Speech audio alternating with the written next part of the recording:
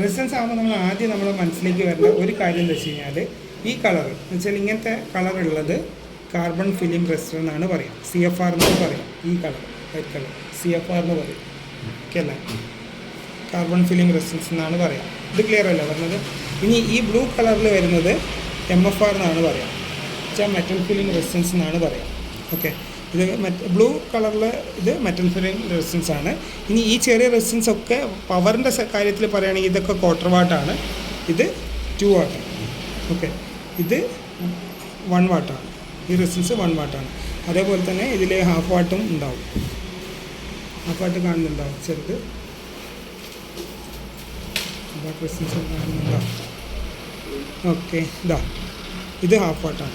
ഇത് quarter what. ഇതൊക്കെ quarter what. ഇത് ഹാഫ് വാട്ട്, ഇത് 1 വാട്ട്, ഇത് 2 വാട്ട്. ഓക്കെ അല്ലേ? ഇതാണ് എൻ്റെ size. Quarter what, half what, 1 what, 2 what. ഇനി ഒരു വെള്ള കളറുള്ള റെസിസ്റ്റൻസ് ബോക്സ് ടൈപ്പ് നിങ്ങൾ ഇന്നലെ കണ്ടിരുന്നു, അത് 5 വാട്ടിൻ്റെ റെസിസ്റ്റൻസ് ആണ്. ഓക്കെ, ഇനി ആദ്യം മനസ്സിലാക്കേണ്ടത് ഈ കളറിൽ കാണുന്നതൊക്കെ CFR ആണ്, കാർബൺ ഫിലിം റെസിസ്റ്റൻസ് എന്നാണ് പറയുക. ഈ ബ്ലൂ കളറിൽ കാണുന്നതൊക്കെ MFR, മെറ്റൽ ഫിലിം റെസിസ്റ്റൻസ് എന്നാണ് പറയുക. ഓക്കെ, അതൊരു കാര്യം. ഇനി വേറൊരു ഇമ്പോർട്ടൻ്റ് ആയിട്ടുള്ള കാര്യം, CFR ഒക്കെ 4 ബാൻഡ് റെസിസ്റ്റൻസ് ആയിരിക്കും. എന്ന് വെച്ചാൽ ഏക്യുറസി കുറവാണ്.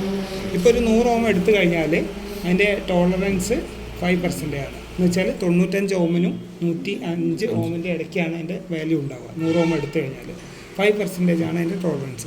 അതേ സമയത്ത് ഈ റെസിസ്റ്റൻസിൻ്റെ ബാൻഡിൻ്റെ എണ്ണം കൂടുതലാണ്. ശ്രദ്ധിച്ചോ, ഇതൊക്കെ 5 ബാൻഡ് റെസിസ്റ്റൻസ് ആണ്. എന്ന് വെച്ചാൽ മെറ്റൽ ഫിലിം റെസിസ്റ്റൻസ് ഒക്കെ MFR ഏക്യുറസി കൂടുതലാണ്. 1% ആണ് ഏക്യുറസി ഉണ്ടാവുക.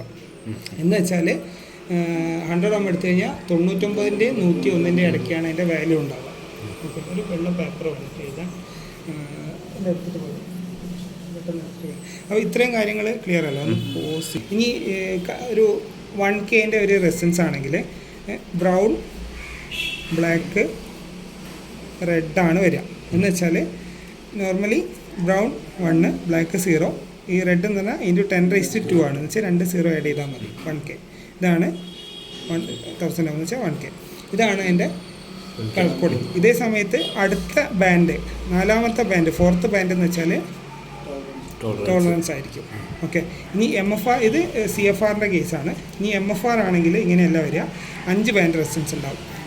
ഇതിൽ ഫസ്റ്റ് 2 അതേപോലെ എഴുതി, 3ാമത്തെ മൾട്ടിപ്ലയർ ആണ്.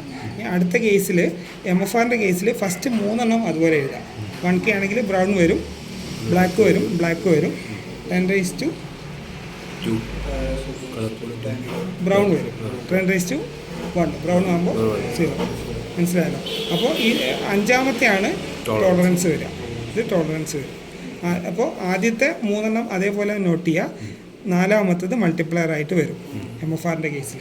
CFRൻ്റെ കേസിൽ 3ാമത്തത് മൾട്ടിപ്ലയറും 4ാമത്തത് ടോളറൻസ് ആണ്. MFRൻ്റെ കേസിൽ ഫസ്റ്റ് 3 അതുവരെ നോട്ട് ചെയ്തിട്ട് 4ാമത്തത് മൾട്ടിപ്ലയറും 5ാമത്തത് ടോളറൻസും ആണ്. ഇത് ഓക്കെ അല്ലേ? ഈ ക്വാളിറ്റീൻ്റെ കേസ് പറയുകയാണെങ്കിൽ CFRനേക്കാളും ക്വാളിറ്റി കൂടുതലാണ് MFR. മെറ്റൽ ഫിലിം റെസിസ്റ്ററാണ് നല്ല ക്വാളിറ്റി ഉള്ളത്, വിലയും കൂടുതലാണ്.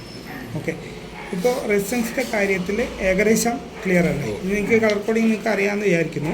Black 0, brown 1, red 2, orange 3, yellow 4, green 5, blue 6, violet 7, grey 8,